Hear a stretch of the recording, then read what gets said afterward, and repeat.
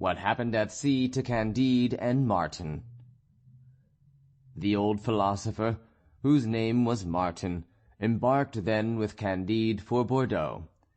They had both seen and suffered a great deal, and if the vessel had sailed from Suriname to Japan by the Cape of Good Hope, the subject of moral and natural evil would have enabled them to entertain one another during the whole voyage. Candide, however, had one great advantage over Martin, in that he always hoped to see Miss Cunegonde, whereas Martin had nothing at all to hope. Besides, Candide was possessed of money and jewels, and though he had lost 100 large red sheep, laden with the greatest treasure upon earth, though the knavery of the Dutch skipper still sat heavy upon his mind, yet when he reflected upon what he still had left, and when he mentioned the name of Cunegonde, especially towards the latter end of a repast, he inclined to Pangloss's doctrine. "But you, Mr. Martin," said he to the philosopher, "what do you think of all this? What are your ideas on moral and natural evil?" "Sir," answered Martin, "our priests accused me of being a Socinian, but the real fact is I am a Manichaean." "You jest," said Candide. "There are no longer Manichaeans in the world." "I am one," said Martin. "I cannot help it. I know not how to think otherwise." "Surely you must be possessed by the devil," said Candide. "He is so deeply concerned in the affairs of this world," answered Martin, "that he may very well be in me as well as in everybody else. But I own to you that when I cast an eye on this globe, or rather on this little ball, I cannot help thinking that God has abandoned it to some malignant being. I except always El Dorado. I scarcely ever knew a city that did not desire the destruction of a neighboring city, nor a family that did not wish to exterminate some other family. Everywhere the weak execrate the powerful before whom they cringe, and the powerful beat them like sheep whose wool and flesh they sell.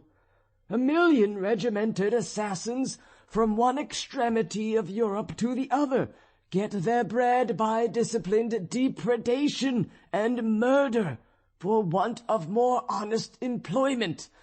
Even in those cities which seem to enjoy peace, and where the arts flourish, the inhabitants are devoured by more envy, care, and uneasiness than are experienced by a besieged town. Secret griefs are more cruel than public calamities. In a word, I have seen so much, and experienced so much, that I am a Manichaean." "There are, however, some things good," said Candide. "That may be," said Martin, "but I know them not."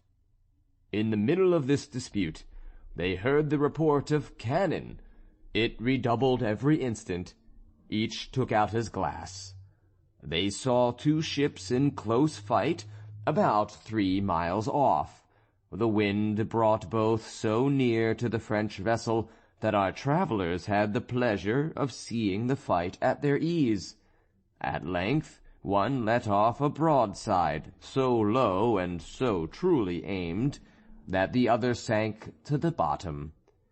Candide and Martin could plainly perceive 100 men on the deck of the sinking vessel.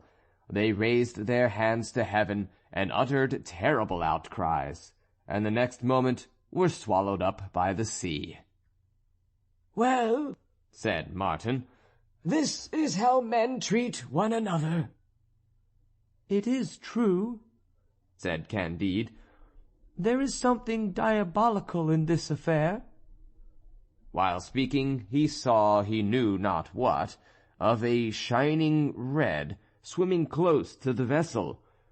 They put out the longboat to see what it could be. It was one of his sheep.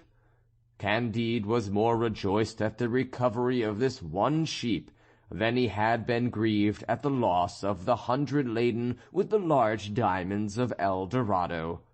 The French captain soon saw that the captain of the victorious vessel was a Spaniard, and that the other was a Dutch pirate, and the very same one who had robbed Candide.